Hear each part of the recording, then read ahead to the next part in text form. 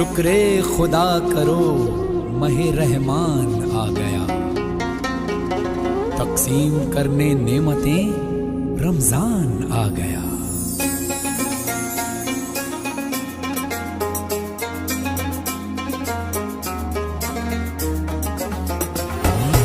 اللہ تیرا ہے احسان، روز نمازیں اور قرآن ہے یہ سب روح ایمان، نور رمضان نور رمضان نور رمضان نور رمضان نور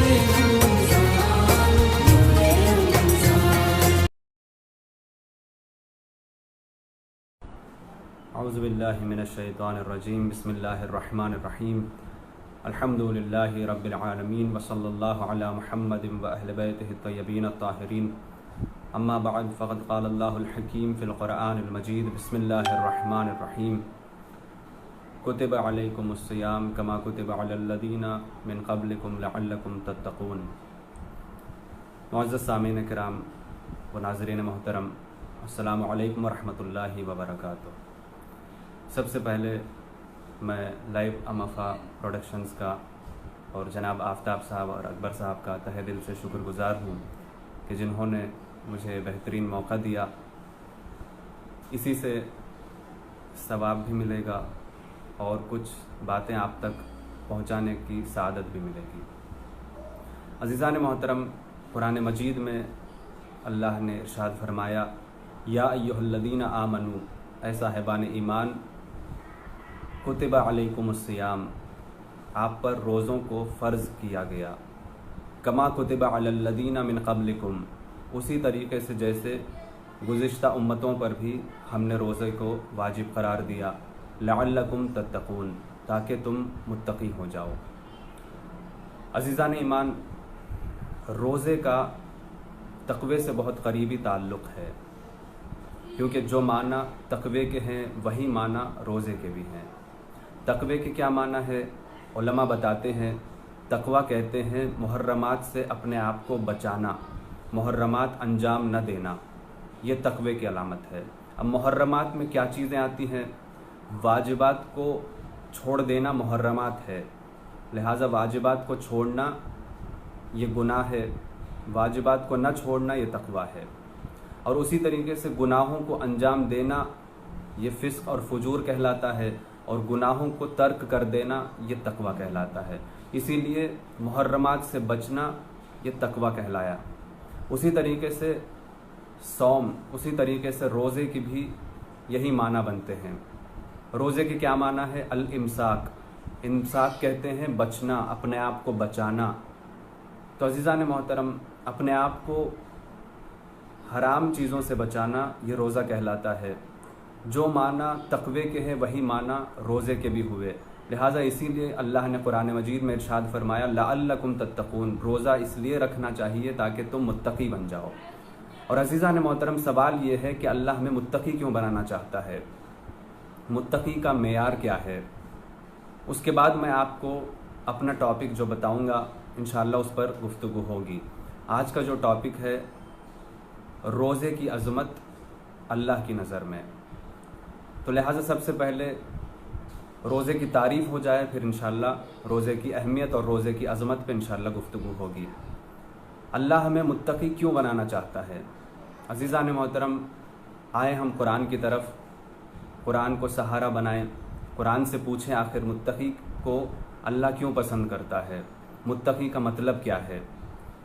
تو قرآن مجید میں ایک آیت ملتی ہے جس میں ملتا ہے، بسم اللہ الرحمن الرحیم، ان اکرمکم عند اللہ اتقاکم، یقیناً اللہ کے نزدیک تم میں وہی مکرم ہے جو صاحب تقوی ہے۔ عزیزان محترم، تقوی بہت ضروری شے ہے۔ اگر اللہ کی نظر میں محترم بننا چاہتے ہو، معزز بننا چاہتے ہو، ذیشان بننا چاہتے ہو، عظمت والے بننا چاہتے ہو، لائق احترام بننا چاہتے ہو، باعزت بننا چاہتے ہو، سرخرو بننا چاہتے ہو، تو تمہیں چاہیے کہ تم لباس تقوی اوڑھ لو۔ تقوی کے بہت سارے فائدے ہیں عزیزان محترم۔ اگر تقوی حاصل کرو گے تو آپ کا جسم بھی پاک ہو جائے گا اور آپ کی روح بھی بلندی تک پہنچ جائے گی۔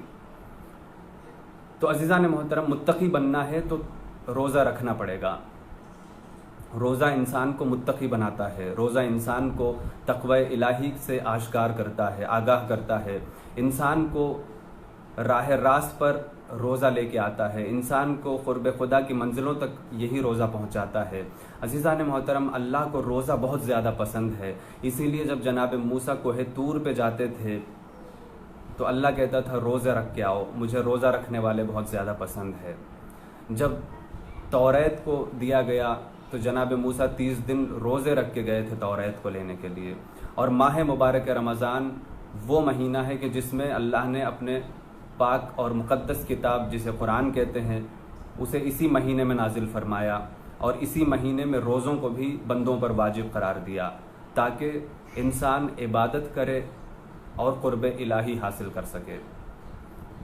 عزیزان محترم، روزے کی بڑی عظمت ہے، روزے کو اللہ بہت زیادہ محب اور دوست چاہتا ہے، دوست بناتا ہے۔ جو بھی انسان روزہ رکھتا ہے وہ اللہ کا محبوب ہوتا ہے، وہ اللہ کا مقرب ترین بندہ ہوتا ہے۔ ایک وقت ایسا آیا رسول اکرم کے زمانے میں، 3 صحابی تھے جو آپ سے ملنے کے لیے بہت دور سے تشریف لائے، تو راستے میں تینوں نے آپس میں بات طے کی کہ اگر تینوں ایک ہی بار رسول کے گھر پہ پہنچ جائیں گے تو رسول کو زحمت ہوگی کھانے پینے کے اشیاء مہیا کرنے میں، اور ہمیں انہیں زحمت دینا پسند نہیں ہے۔ لہٰذا صحابہ نے آپس میں بات چیت کی اور کہا ایک رسول کے پاس رک جاتے ہیں، ایک علی کے پاس چلے جاتے ہیں، اور جو انسان بچ گیا، جو صحابی بچ گیا، وہ اللہ کا مہمان بن جائے گا۔ تو اسی طریقے سے ایک انسان رسول کا مہمان بنا، ایک علی کا مہمان بنا علیہ الصلاۃ والسلام، اور ایک انسان مسجد میں جا کے اللہ کا مہمان بن گیا۔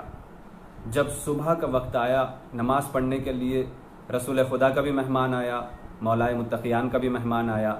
نماز کی ادائی کے بعد جب تینوں آپس میں مل کے بیٹھے اور بات کرنے لگے تو رسول کا جو مہمان تھا وہ کہنے لگا رسول خدا نے مجھے رات میں کھجوریں دی، دودھ دیا، روٹیاں دی، بہت ساری نعمتیں کھلائی، بستر پہ سلایا، آرام اور اطمینان سے میں سو گیا، صبح کا وقت آیا تو رسول نے خود اپنے ہاتھوں سے مجھے جگایا۔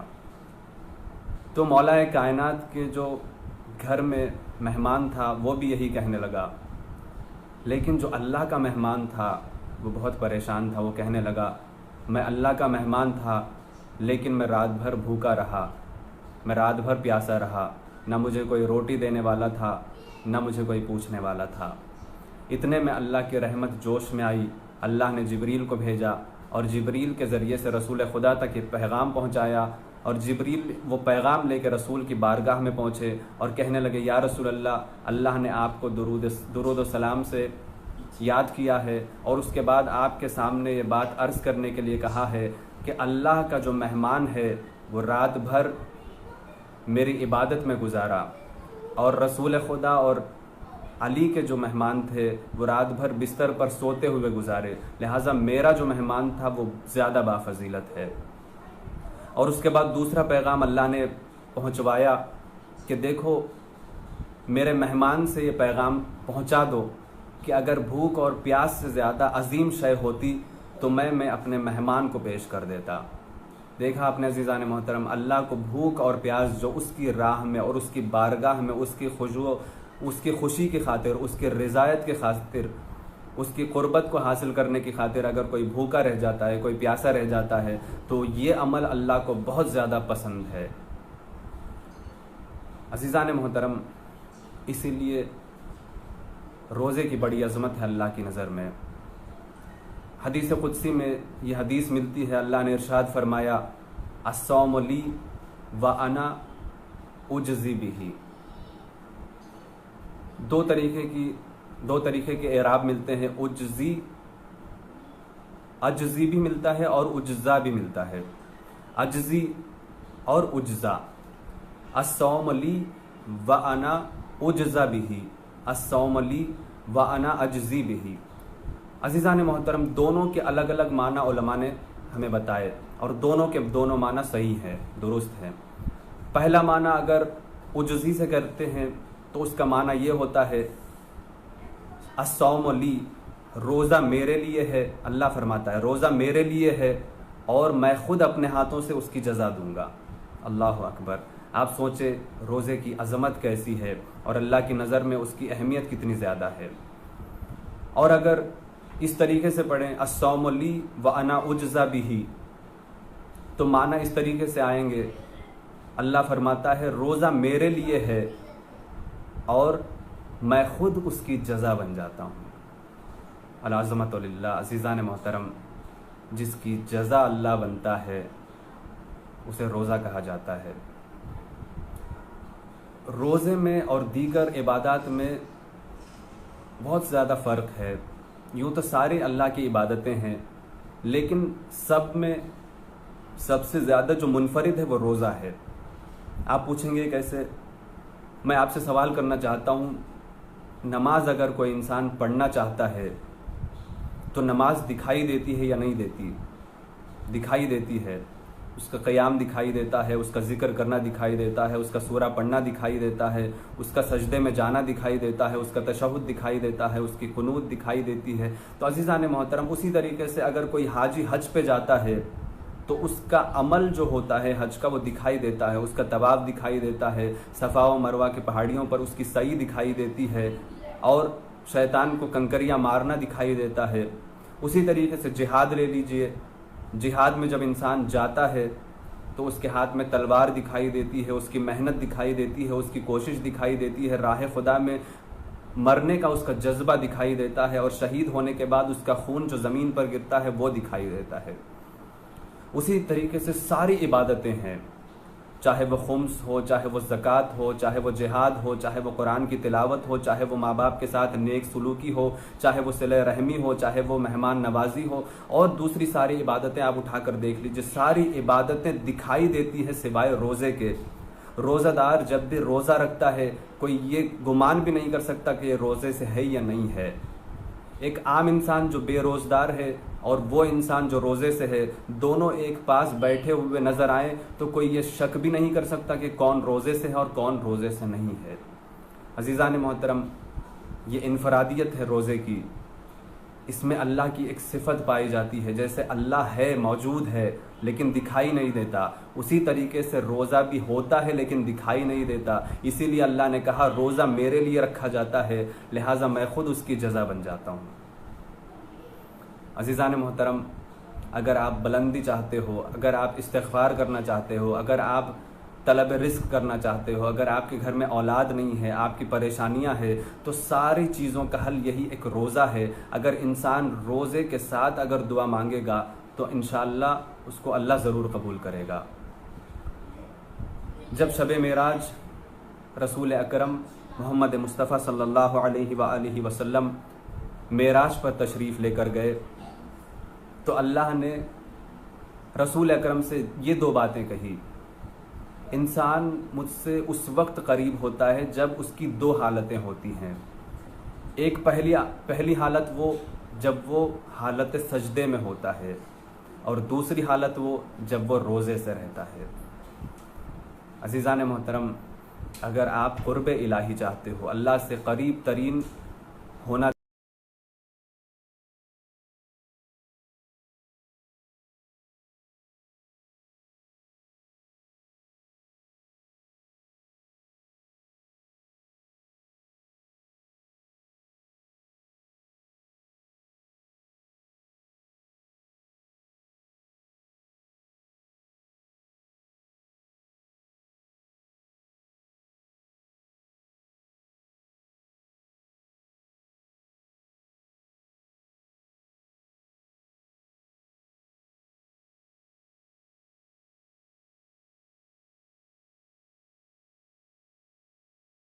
جاؤں گا، مجھے پیاس کی شکایت ہے، مجھے بھوک کی شکایت ہے، مجھے ایسیڈیٹی ہے، مجھے شوگر ہے۔ عزیزان محترم، کیا اللہ کو پتہ نہیں ہے آپ کا جسم کے بارے میں؟ آپ کے جسم کے بارے میں آپ سے زیادہ اللہ کو علم ہے۔ روزہ آپ کے فائدے کے لیے رکھا، روزہ رکھو تاکہ آپ کو فائدہ پہنچ سکے۔ عزیزان محترم، روزہ رکھنے سے جسم کے بھی فائدے ہیں، روح کے بھی فائدے ہیں۔ جسم کا فائدہ یہ ہے کہ جو بھی خرابیاں جسم میں ہوں گی، جو بھی کثافتیں جسم میں ہوں گی، جو بھی آلودگیاں جسم میں ہوں گی، جو بھی حرام غذائیں جسم میں مخلوط ہو چکی ہوں گی، وہ سارے کے سارے اس 30 دنوں میں ختم ہو جائیں گے۔ اور روح کا فائدہ روزہ رکھنے سے یہ ہے کہ روح کی کثافتیں دور ہو جائیں گی، گناہوں کی وجہ سے جو دھبے روح پر پڑے ہیں وہ سارے کے سارے دھبے ختم ہو جائیں گے، گناہ معاف کر دیے جائیں گے، اور اس کے بعد انسان اتنا صاف اور شفاف ہو جائے گا، اس کی روح اتنی پاک و پاکیزہ ہو جائے گی، اتنی صاف ستھری ہو جائے گی جیسے کوئی آئینہ ہو، جیسے کوئی شیشہ ہو، اور آپ شیشے پہ اگر ٹارچ مارتے ہو تو ادھر سے روشنی نکل کے ادھر چلی جاتی ہے، اسی طریقے سے روح بھی پاک ہو جاتی ہے، ادھر کی چیز ادھر دکھائی دیتی ہے، ادھر کی چیز ادھر سے دکھائی دیتی ہے، یعنی کوئی گندگی نہیں رہتی، کوئی کثافت باقی نہیں رہتی، آپ کی روح بلندی پہ چلی جائے گی۔ اور عزیزان محترم، یقین جانیں جس دن آپ کا روزہ مکمل طور پہ اور خالصتاً للہ قربت الہی کو حاصل کرنے کے لیے رکھا جائے گا تو آپ کا جسم بھی معراج پر پہنچے گا اور آپ کی روح بھی معراج پر پہنچے گی۔ ناظرین کرام، روزے کو کیسے رکھا جائے؟ کیا بھوک اور پیاس کا نام روزہ ہے؟ نہیں عزیزان محترم، صادق آل محمد علیہ الصلوۃ نے ارشاد فرمایا، روزہ آنکھوں کا بھی ہوتا ہے، روزہ کانوں کا بھی ہوتا ہے، روزہ زبان کا بھی ہوتا ہے، روزہ ہاتھوں کا بھی ہوتا ہے، روزہ شکم کا بھی ہوتا ہے، روزہ پیروں کا بھی ہوتا ہے۔ تو چاہنے والوں نے پوچھا، یبن رسول اللہ، یہ کیسے ممکن ہے کہ پورے بدن کا روزہ رکھا جائے؟ شکم کا روزہ تو سمجھ میں آتا ہے کہ بھوک کو برداشت کیا جائے، پیاس کو برداشت کیا جائے، لیکن آنکھوں کا روزہ کیا ہے؟ ہاتھوں کا روزہ کیا ہے؟ کانوں کا روزہ کیا ہے؟ تو صادق آل محمد علیہ السلام نے ارشاد فرمایا، آنکھوں کا روزہ یہ ہے کہ نامحرم کی طرف نگاہ نہ ڈالے، یہ آنکھوں کا روزہ ہے۔ کانوں کا روزہ یہ ہے کہ غیبت نہ سنے۔ ہاتھوں کا روزہ یہ ہے کہ کسی مومن بھائی کو تکلیف نہ پہنچائے۔ پیروں کا روزہ یہ ہے کہ غلط راستے پر قدم نہ بڑھائے۔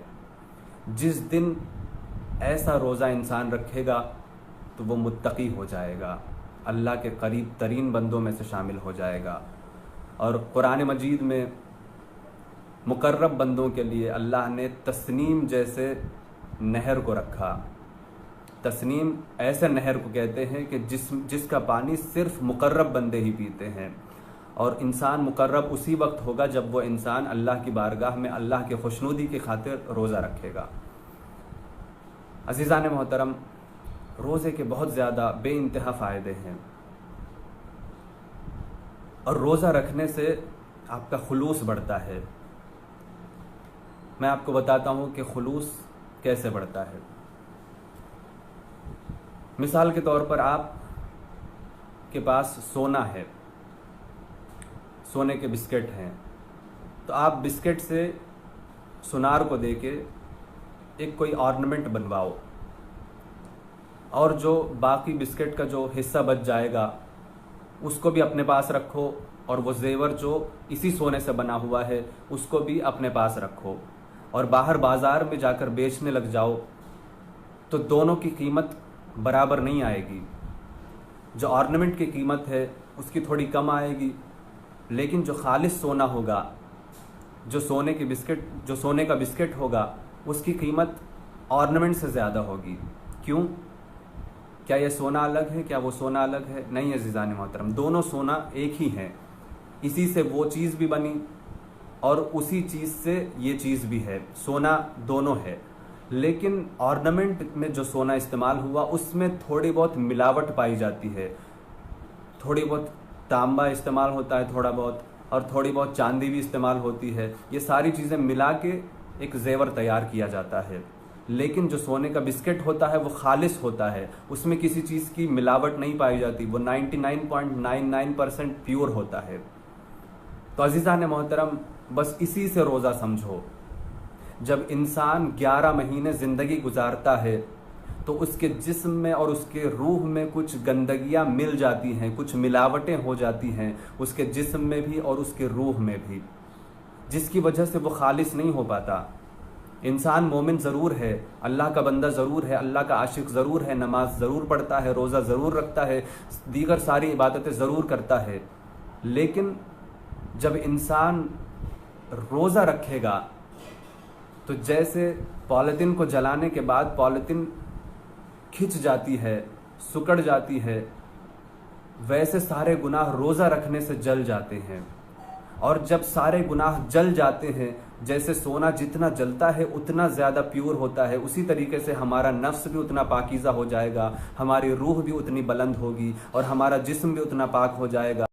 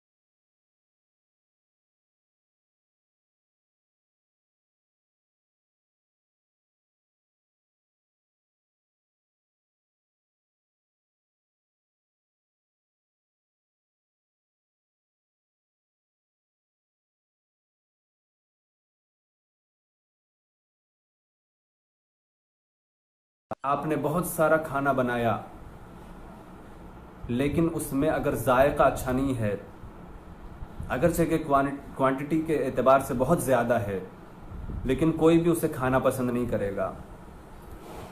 لیکن آپ تھوڑا سا کھانا بنائیں اور لیکن اچھے سے بنائیں، ذائقے دار بنائیں، تو ہر انسان اسے کھانا چاہتا ہے، ہر انسان اسے پسند کرنا چاہتا ہے۔ اسی طریقے سے عزیزان محترم، آپ کے پاس عبادتوں کی کثرت ہے لیکن عبادتوں میں خلوص نہیں ہے، تو اللہ کو وہ کثرت والے اعمال پسند نہیں ہے، کیونکہ اس میں خلوص ہی نہیں ہے۔ اللہ خلوص دیکھتا ہے۔ اگر انسان خلوص کے ذریعے سے عمل چھوٹا سا بھی کرتا ہے تو اللہ اسے قبول بھی کرتا ہے، اسے اجر عظیم عنایت فرماتا ہے۔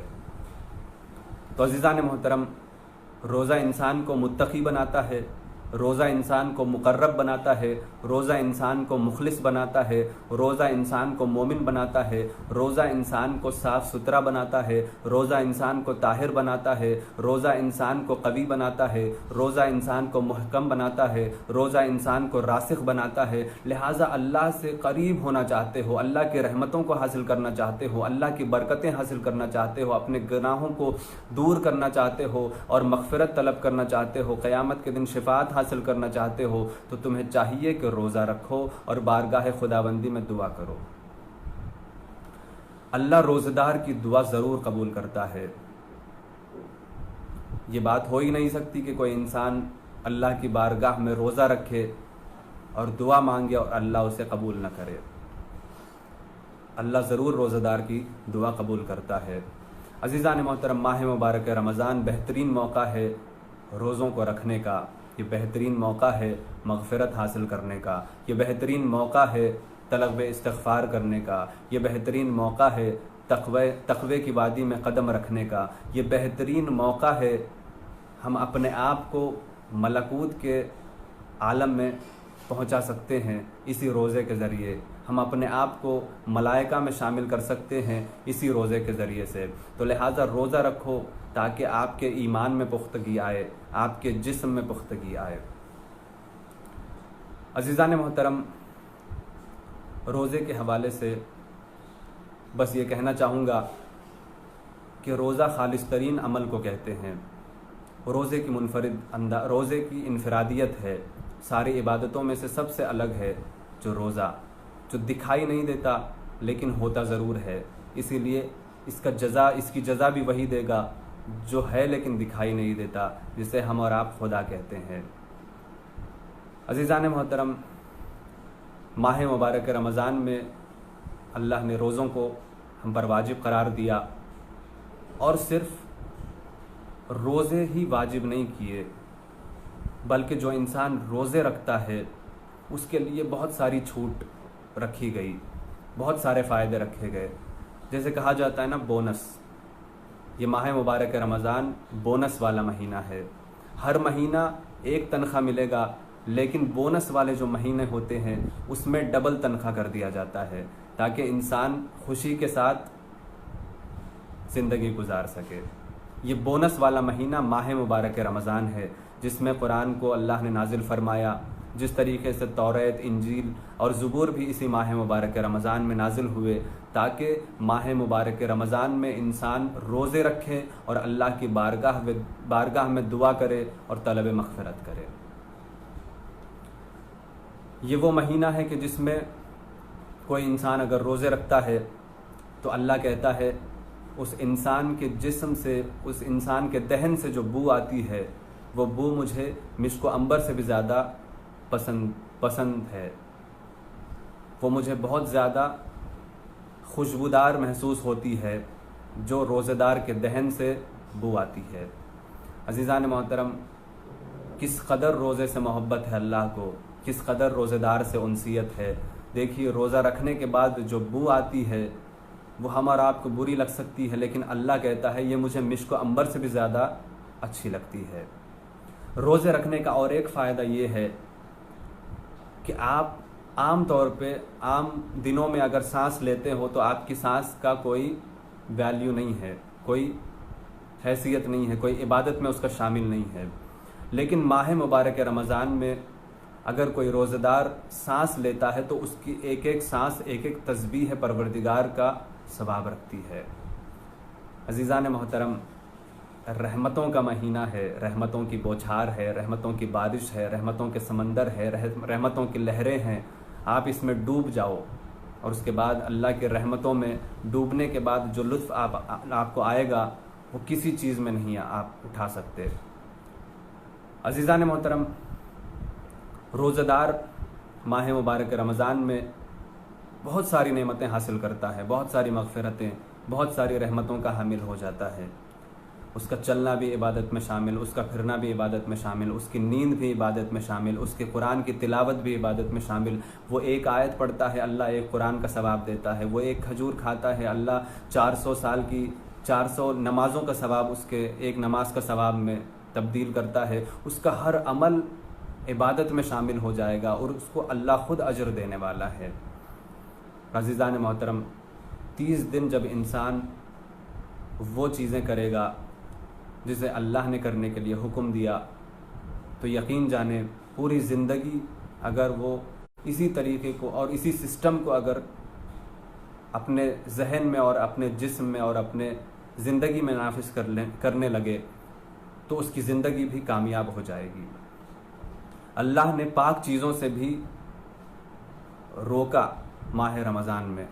جب انسان روزہ رکھتا ہے وہ چیزیں بھی حرام ہے جو اب تک اس کے لیے حلال تھی، جیسے کھانا، جیسے پینا، یہ ساری چیزیں کیا ہے، یہ سب حلال تھی انسان کے لیے، لیکن جیسے ہی اس نے روزہ رکھا کھانا بھی حرام ہو گیا، پانی بھی حرام ہو گیا۔ تو عزیزان محترم، اس کا مطلب کیا ہے؟ اللہ ہمیں یہ بتانا چاہتا ہے کہ دیکھو یہ ایک بہترین موقع ہے، اگر تم ماہ مبارک رمضان میں حلال چیزوں سے اپنے آپ کو روک پاؤ گے تو ماہ مبارک رمضان کے بعد تم بآسانی حرام چیزوں سے بھی اپنے آپ کو بچا سکو گے۔ عزیزان محترم، یہ مہینہ روزوں کے ذریعے سے دسترخوان بچھا رہا ہے۔ دن میں تم روزہ رکھو اور رات میں تم اللہ کے مہمان بن جاؤ گے۔ کیا اس سے بڑی فضیلت کی اور کوئی بات ہو سکتی ہے کہ جو اللہ کے مہمان ہوں، جو اللہ کے دسترخوان پر بیٹھ کر اللہ کی نعمتیں کھاتے ہوں؟ اس سے بڑا انسان کون ہو سکتا ہے؟ عزیزان محترم، اگر کوئی پی ایم کا مہمان ہو جاتا ہے تو وہ سال بھر بولتا ہے، زندگی بھر بولتا ہے کہ میں فلاں کا مہمان تھا، میں فلاں کا مہمان تھا، لیکن ہر سال اللہ آپ کو اپنا مہمان بنانا چاہتا ہے، لیکن افسوس ہم اپنے کاموں میں اتنے بزی ہیں کہ اللہ کی بارگاہ میں ہم پہنچ ہی نہیں پا رہے ہیں، اللہ کی نعمتوں سے ہم فائدہ اٹھا نہیں پا رہے ہیں۔ اللہ بلاتا ہی رہا، اللہ بلا ہی رہا ہے اور اللہ بلاتا ہی رہے گا۔ یقیناً انشاءاللہ جب ذہن انسانیت بیدار ہوگی تو کوئی بھی انسان ایسا نہیں ہوگا جو روزے سے کترائے گا۔ عزیزان محترم، ائمہ علیہم السلام، محمد و آل محمد علیہم السلام کی سب سے بڑی فضیلت یہ بتائی گئی، ان کی صفت یہ ہے کہ وہ قائم اللیل و صائم النہار ہوا کرتے تھے، یعنی دن بھر روزے رکھا کرتے تھے اور رات بھر نمازوں میں مشغول رہا کرتے تھے۔ عزیزان محترم، کوئی بھی ولی ایسا نہیں ہے جو روزے کے بغیر ولی ہو گیا ہو، جو روزہ رکھے بنا نبی بن گیا ہو۔ نبی بعد میں بنا، پہلے اللہ کی بارگاہ میں روزے رکھے۔ رسول بعد میں بنا، پہلے اللہ کی بارگاہ میں روزے رکھے۔ روزے کی بڑی عظمت ہے عزیزان محترم، بڑی فضیلت ہے۔ اللہ اس روزہ دار کو بہت زیادہ پسند کرتا ہے، روزے کو بہت زیادہ پسند کرتا ہے۔ تو لہٰذا جو بھی انسان روزے کی حالت میں نماز پڑھ کے، قرآن پڑھ کر دعا کرے گا تو اللہ کو حیا آئے گی کہ وہ دعا مانگے اور وہ دعا قبول نہ ہو، اللہ اس کی ضرور دعا قبول کرے گا۔ تو عزیزان محترم، یہ ایام ہمارے لیے بہترین ایام ہے کہ جس کے دن سارے دنوں کے سردار، جس کی راتیں ساری راتوں کی سردار، جس میں جو قرآن نازل ہوا وہ ساری کتابوں کی سردار۔ اور عزیزان محترم، یہ مہینہ اللہ کا مہینہ ہے۔ یہ مہینے میں اللہ نے اپنے کلام قرآن مجید کو نازل فرمایا، اور اسی ماہ مبارک میں اللہ نے محافظ قرآن جو امام حسن علیہ السلام ہیں ان کو بھی نازل کر کے، ان کو بھی بھیج کے دنیا کو یہ بتایا کہ دیکھو ماہ مبارک رمضان اتنا عظمت والا مہینہ ہے کہ جس میں ہم نے دو گراں قدر چیزیں یہیں پر نازل فرمائی، ایک قرآن ہے اور ایک محافظ قرآن ہے جو اہل بیت کی صورت میں ہے۔ تو اسی بات کی طرف اشارہ کرتے ہوئے رسول اکرم نے بھی ارشاد فرمایا، انی تارک فیکم مستقلین کتاب اللہ و عطرتی و اہل بیتی فإن تمسکتم بہما لن تضلوا بعدی۔ رسول نے ارشاد فرمایا، میں تمہارے درمیان دو گراں قدر چیزیں چھوڑے جا رہا ہوں، ایک قرآن ہے اور ایک عطرت ہے جو میری اہل بیت ہے، دونوں کو تھامے رکھنا، تم میرے بعد کبھی گمراہ نہیں ہوگے، اور یہ دونوں چیزیں تمہیں مجھ تک اور حوض کوثر تک پہنچائیں گے۔ عزیزان محترم، روزے کی اہمیت آپ نے جان لی، روزے کی بڑی فضیلت ہے۔ روزہ انسان جب رکھتا ہے تو اس کی زندگی معراج پر پہنچ جاتی ہے، اللہ کے قریب ترین بندوں میں اس کا شمار ہوتا ہے، اور وہ صالحین میں سے اس کا شمار ہوتا ہے۔ اور جب قیامت کے دن وہ حشر کے میدان میں آئے گا تو ساری عبادتوں کا جو بدلہ ہوگا وہ الگ طریقے سے دیا جائے گا، لیکن جو روزے کا بدلہ ہے وہ الگ طریقے سے، الگ عنوان سے دیا جائے گا، کیونکہ عزیزان محترم ساری عبادتوں سے الگ ہے روزہ۔ جیسے آپ دیکھ لیں، اللہ کی نظر میں روزے کی اہمیت آپ اسی سے اندازہ کریں، اگر کوئی نماز عمدن چھوڑ دیتا ہے تو اس کی قضا کتنی ہے؟ جتنا چھوڑا تھا اتنی ہے۔ مغرب کی اگر عمدن قضا کر دی اس نے، خدا نخواستہ، تو اللہ کہہ رہا ہے جتنی قضا کی ہے، مثال کے طور پہ مغرب کی 3 رکعت ہے تو 3 رکعت کی قضا کی نیت سے پڑھ لو، بس تمہارا کام ہو جائے گا۔ اگر کوئی عمل چھوٹ گیا، قضا کر لیا، تو ہر عمل کا یہی طریقہ ہے، جتنا چھوڑا ہے اتنا ہی کرو، قضا کی نیت سے کرو، وہ آپ کا ادا ہو جائے گا۔ لیکن روزے کا حکم ایسا نہیں ہے عزیزان محترم۔ یہیں سے آپ کو عظمت روزہ اللہ کی نظر میں سمجھ میں آئے گا۔ جو ٹاپک اہم ہے ہمارے لیے آج کے دور میں، اللہ روزے کو کتنا چاہتا ہے، کتنی اہمیت ہے اللہ کی نظر میں روزہ۔ اللہ نے ارشاد فرمایا کہ دیکھو اگر کوئی انسان روزے کو جان بوجھ کر چھوڑتا ہے تو پھر اسے ایک کے بدلے ایک روزہ نہیں رکھنا پڑے گا، بلکہ اللہ کہتا ہے ایک کے بدلے 61 روزے، اور وہ بھی مسلسل۔ اللہ اکبر۔ عزیزان محترم، روزہ بہت سخت ہے، اسی لیے کہا جاتا ہے کہ روزے کو نہ چھوڑا کرو۔ اگر کوئی انسان روزے کو جان بوجھ کر چھوڑے گا تو ایک کے بدلے 61 روزے رکھنے پڑیں گے، یا 60 مسکینوں کو کھانا کھلانا پڑے گا، اور ایک روزہ قضا کا رکھنا پڑے گا۔ تو عزیزان محترم، بس یہیں سے میں دعا کرتا ہوں پروردگار سے کہ پروردگار امفہا ٹیم کو اور جتنے لوگ وہاں پہ کام کر رہے ہیں، بالخصوص جناب آفتاب صاحب میرے چچا ہیں، ان کو، اور ہمارے بھائی اکبر صاحب اور جتنے بھی وہاں پہ کام کر رہے ہیں ان سب کے نیک توفیقات میں اضافہ فرما۔